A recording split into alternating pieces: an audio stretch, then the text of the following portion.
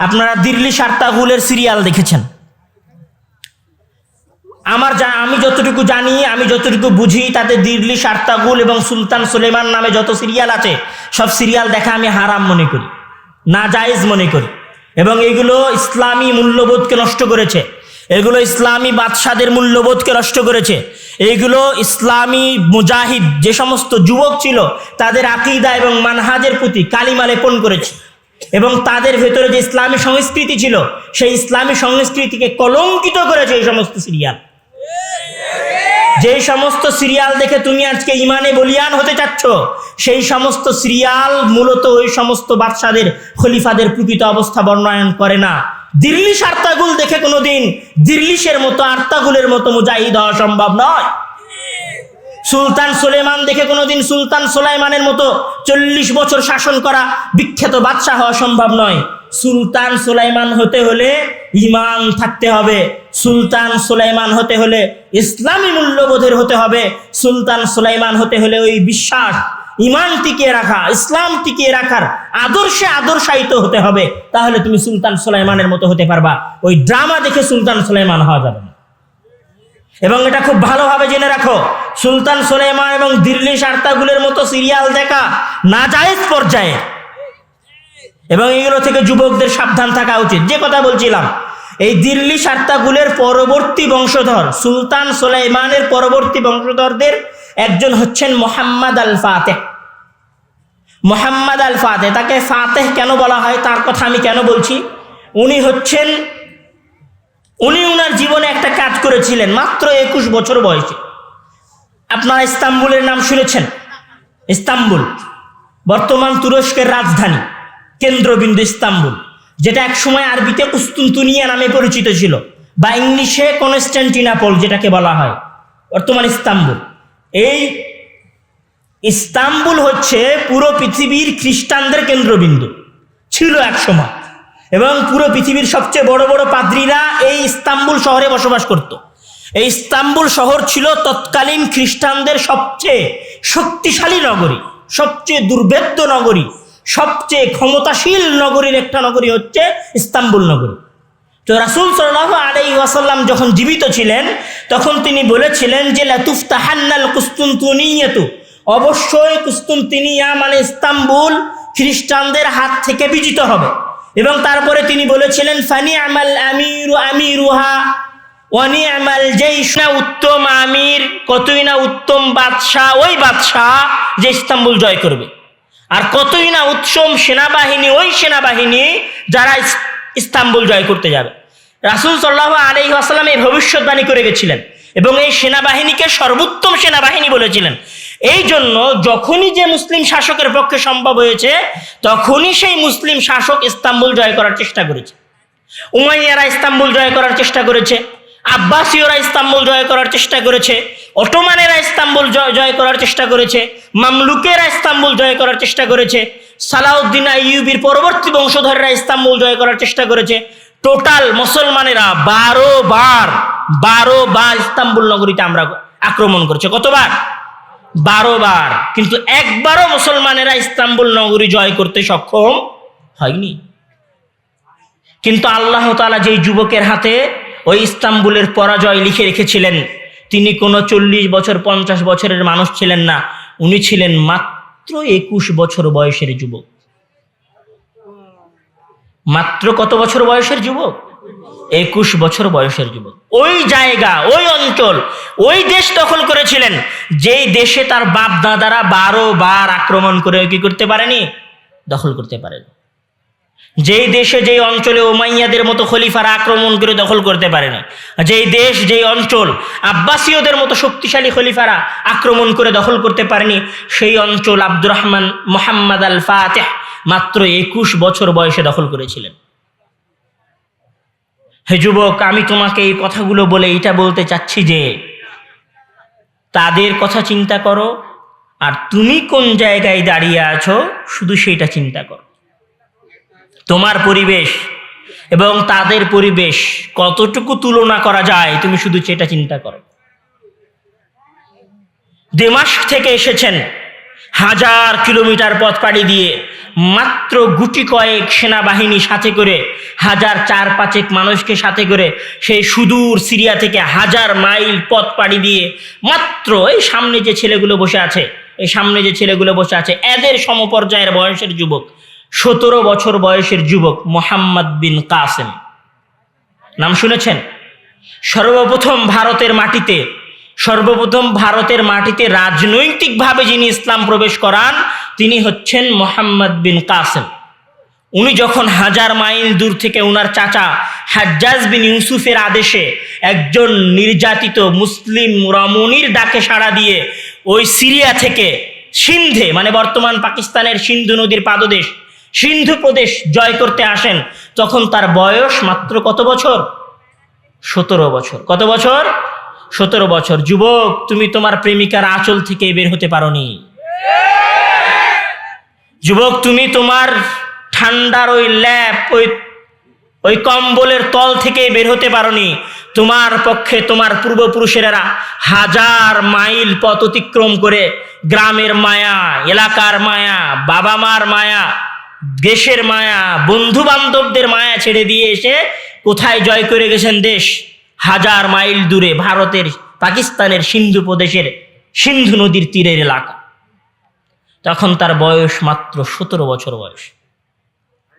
17 বছর মানে একদম ছোট বাচ্চা ছেলে, একদম ছোট ছেলে। 17 বছর বয়সে সাধারণত দাড়ি মোচো বের হয় না।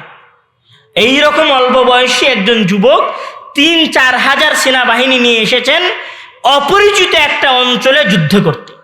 শুধু যুদ্ধ করেছেন তা নয়, যুদ্ধে জয় করেছেন। রাজা দাহিরকে উনি পরাজিত করেছেন। উনার ভেতরে কি ঈমান ছিল, কি বিশ্বাস ছিল, কি ইখলাসুন নিয়্যা ছিল, নিয়তের, ইচ্ছার, ইরাদার কি পরিশুদ্ধতা আল্লাহ তাআলা উনাদেরকে দান করেছিলেন, যে এত অল্প বয়সে ওই অঞ্চল থেকে এসে এখানে শাসন ক্ষমতা প্রতিষ্ঠা করে গেছেন, এখানে দেশ জয় করে গেছেন। সম্মানিত উপস্থিতি, আমি আমার কথা আর দীর্ঘ করব না, শুধু লাস্টে একটা কথা বলে যাব। মূলত এই দিকে খেয়াল রেখেই, যুবকদের এই প্রয়োজনীয়তা অনুভব করে এবং ইসলাম এবং দেশে বিপ্লব নিয়ে আসার জন্য মুসলিম যুবকদের যে প্রয়োজনীয়তা রয়েছে, এই প্রয়োজনীয়তা থেকে এই হাজাত উপলব্ধি করেই মূলত রাসূল সাল্লাল্লাহু আলাইহি ওয়াসাল্লাম যুবকদের যেমন কিছু ফাজিলতের কথা বলেছেন, যুবকদেরকে তেমন তিনি ধমকিয়ে গেছেন। যেমন তার একটা প্রসিদ্ধ হাদিস যেটা সহিহ বুখারীতে এসেছে, আবু হুরায়রা রাদিয়াল্লাহু তাআলা আনহুর হাদিস, যেখানে তিনি বলেছেন যে সাবআতুন ইউযিল্লুহুমুল্লাহু তাআলা ফি যিল্লিহি ইয়াওমা লা যিল্লা ইল্লা যিল্লুহু ইমামুন আদলুন শাবুন নাশা ফি ইবাদাতিল্লাহ। রাসূল সাল্লাল্লাহু আলাইহি ওয়াসাল্লাম বলছেন, হে আমার সাহাবায়ে কেরাম, হে আমার যুবক শ্রেণী, হে তরুণেরা, হে উঠতি বয়সের 17-18 বছরের যুবকেরা, হে 20-25 বছরের উঠতি তরুণেরা, উদীয়মান তরুণেরা, তোমরা শুনে রাখো, আমি তোমাদেরকে বলে যাচ্ছি, মুহাম্মদ সাল্লাল্লাহু আলাইহি ওয়াসাল্লাম একটা কথা তোমাদের উদ্দেশ্যে বলছি, সেটা হচ্ছে মহান আল্লাহ তাআলা তোমাদের জন্য একটা ফাজিলত, একটা গুরুত্ব, একটা মর্যাদা নির্ধারণ করেছেন। সেটা হচ্ছে যে কিয়ামতের দিন যখন সূর্য মানুষের মাত্র মাথা থেকে 1 মাইল দূরত্বে থাকবে, যেই দিন মানুষের কিয়ামতের মাঠে কোনো ছায়া থাকবে না, যেই দিন মানুষ সামান্য ছায়ার আশায় দিক বিদিক ছুটে বেড়াবে, যেই দিন মানুষের শরীরের ঘাম মানুষের নাক পর্যন্ত হবে, যেই দিন মানুষ নিজেদের শরীরের ঘামের পানিতে ডুবে থাকবে, সেই দিন ওই ভয়ঙ্কর পরিস্থিতিতে, ওই ভয়ঙ্কর দিশেহারাপূর্ণ পরিস্থিতিতে, ওই হতবিহবল পরিস্থিতিতে, ওই কিংকর্তব্য বিমূঢ় পরিস্থিতিতে মহান আল্লাহ তাআলা মাত্র 7 শ্রেণীর মানুষকে তার আরশের ছায়াতলে ছায়া দিবেন।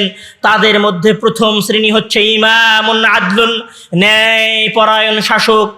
আর দ্বিতীয় শ্রেণী হচ্ছে শাবুন নাশা ফি ইবাদাতিল্লাহ, এমন যুবক যে বড় হয়েছে ইমানের উপরে, এমন যুবক যে ইমানের উপরে টিকে আছে, এমন যুবক যে আল্লাহ বিশ্বাস করে, এমন যুবক যে রাসূলে বিশ্বাস করে, এমন যুবক যে সালাত আদায় করে, এমন যুবক যে সিয়াম পালন করে, এমন যুবক যে রাসূল সাল্লাল্লাহু আলাইহি ওয়াসাল্লামের আদর্শের সঠিক এবং সুচারুরূপে অনুসরণ করে, এই ধরনের যুবককে মহান আল্লাহ তাআলা তার আরশের ছায়াতলে ছায়া দিবেন। আপনি কি মনে করেন যে ফিরি কোনো উদ্দেশ্য ছাড়াই মহান আল্লাহ তাআলা যুবকদেরকে ছায়া দিবেন? কেন মহান আল্লাহ তাআলা যুবকদের জন্য এই কথা বললেন? এত বড় ফজিলতের কথা কেন বললেন? কেননা মহান আল্লাহ তাআলাও জানেন, মহান আল্লাহ তাআলা এটা বলতে চান যে তোমরা যদি এই সমাজকে পরিবর্তন করতে চাও, তোমরা যদি এই সমাজে সহি আকীদার বিপ্লব নিয়ে আসতে চাও, তোমরা যদি এই সমাজে সহি মানহাজের বিপ্লব নিয়ে আসতে চাও, তাহলে তোমাদের কাছে তোমাদেরকে যেই শ্রেণীর সাহায্য নিতে হবে, যাদেরকে সর্বপ্রথম সঠিক করতে হবে, তারা হচ্ছে যুবক শ্রেণী। কিন্তু দুঃখজনক হলেও সত্য, আজকের সমাজে সবচেয়ে বেশি ফিতনায় নিমজ্জিত হয়ে আছে কারা? এই যুবক শ্রেণী। সবচেয়ে বেশি দিন থেকে দূরে আছে যুবক শ্রেণী। এবং খ্রিস্টানেরাও সবচেয়ে বেশি যাদেরকে টার্গেট করেছে এই পৃথিবীর বুকে, ইসলামী মূল্যবোধকে ধ্বংস করার জন্য, ইসলামী সংস্কৃতিকে ধ্বংস করার জন্য, ইসলামী রাজ্যকে ধ্বংস করার জন্য, ইসলামী শাসন ব্যবস্থাকে ধ্বংস করার জন্য, সেটা হচ্ছে যুবক শ্রেণী। তাদের চক্রান্তের মূল কেন্দ্রবিন্দু হচ্ছে, মূল জায়গা হচ্ছে এই যুবক শ্রেণী। এবং লাস্টে আমি আর একটা হাদিস বলে আমি শেষ করব। আল্লাহ তাআলা যেমন ফজিলতের কথা বলেছেন, রাসূল সাল্লাল্লাহু আলাইহি ওয়াসাল্লাম যেমন ফজিলতের কথা বলেছেন, তেমন যুবকদেরকে ধমক দিয়ে বলছেন। রাসূল সাল্লাল্লাহু আলাইহি ওয়াসাল্লামের হাদিস, লা তাজুলু কাদামা আবদিন ইয়াউমাল কিয়ামাতি হাত্তা ইউসআলা আন উমরিহি ফীমা আফনাহ। রাসূল সাল্লাল্লাহু আলাইহি ওয়াসাল্লাম বলছেন যে কিয়ামতের দিন একজন মানুষ এক পাও অগ্রসর হতে পারবে না, এক পাও সামনে এগোতে পারবে না, যতক্ষণ পর্যন্ত না সে হিসাব দিয়ে যায় যে আমি আমার যৌবনকাল, আমি আমার বয়সন্ধিকাল, আমি আমার উঠতি বয়স, আমি আমার ফিতনার বয়স কোথায় কাটিয়েছি? মসজিদে না কোনো নারীর প্রেমের ছলনায়, মসজিদে নাকি ফ্রি ফায়ার পাবজিতে আসক্ত হয়ে, মসজিদে সলাতে ইবাদতে পড়াশোনায় নাকি মাঠের জুয়া খেলায়। এই হিসাব দেওয়ার আগ পর্যন্ত মহান আল্লাহ তাআলা মানুষকে কিয়ামতের দিন এক পাও সামনে এগোতে দিবে না। হে যুবক ভাইয়েরা, তোমাদের উদ্দেশ্যে বলছি, এই ইসলামী সমাজে যেমন পরিবর্তন করার জন্য যুবক শ্রেণীর প্রয়োজন হয়েছিল, এই যুবক শ্রেণী যেমন যুগে যুগে ইসলামী সমাজকে পরিবর্তন করেছে, আজকেও যদি এই ইসলামী সমাজ পরিবর্তন করতে হয়, তাহলে আমি মুরব্বীদের উদ্দেশ্যে বলবো যে আপনারা এই যুব সমাজের প্রতি গুরুত্ব দেন, এই যুব সমাজের প্রতি মনোযোগ দেন। এই যুব সমাজকে যেমন মোবাইলের ফিতনা থেকে বাঁচানো দরকার, এই যুব সমাজকে যেমন নারীর ফিতনা থেকে বাঁচানো দরকার, এই যুব সমাজকে যেমন সহশিক্ষা থেকে বাঁচানো দরকার, তেমনি ভাবে এই যুব সমাজকে পথ ভ্রষ্টকারী বিভ্রান্ত বক্তা শ্রেণী থেকেও বাঁচানো দরকার। এই যুব সমাজকে যেমন দুনিয়াবি ফিতনা থেকে বাঁচানো দরকার, তেমনি যুব সমাজকে ভ্রান্তমূলক জিহাদি পথভ্রষ্টকারী বক্তাদের থেকেও বাঁচানো দরকার। এবং এই গুরু দায়িত্ব এই সমাজের যারা মুরব্বী মানুষ রয়েছেন তাদেরকে নিতে হবে। এবং আমি মুরব্বীদের অনুরোধ করব, আপনারা এই দায়িত্ব পালনে যা যা করা দরকার তাই করুন। জেনে রাখুন, এরাই আপনাদের পরবর্তী বংশধর। আজকে আপনারা এই মাঠে জামিয়া সালাফিয়া প্রতিষ্ঠা করার পরিকল্পনা করেছেন, আপনাদের জীবন শেষ মুহূর্তে চলে এসেছে। আপনারা যদি কালকে মারা যান আর আপনাদের এই গ্রামের এই পলাশীর যুবক শ্রেণীর মধ্যে যদি ইসলামী মূল্যবোধ না থাকে, তাহলে আব্দুর রাজ্জাক বিন ইউসুফ ওই নওদাপাড়া থেকে এসে এই জায়গায় জামিয়া সালাফিয়া প্রতিষ্ঠা করে সফল হতে পারবে না। এই জন্য আগে এই সমাজের যারা যুবক শ্রেণী রয়েছে তাদেরকে পরিবর্তন করতে হবে, তাদের ভেতরে সহি মানহাজ, সহি আকীদা, ইসলামী সংস্কৃতি এবং ইসলামী মূল্যবোধ প্রবেশ করাতে হবে।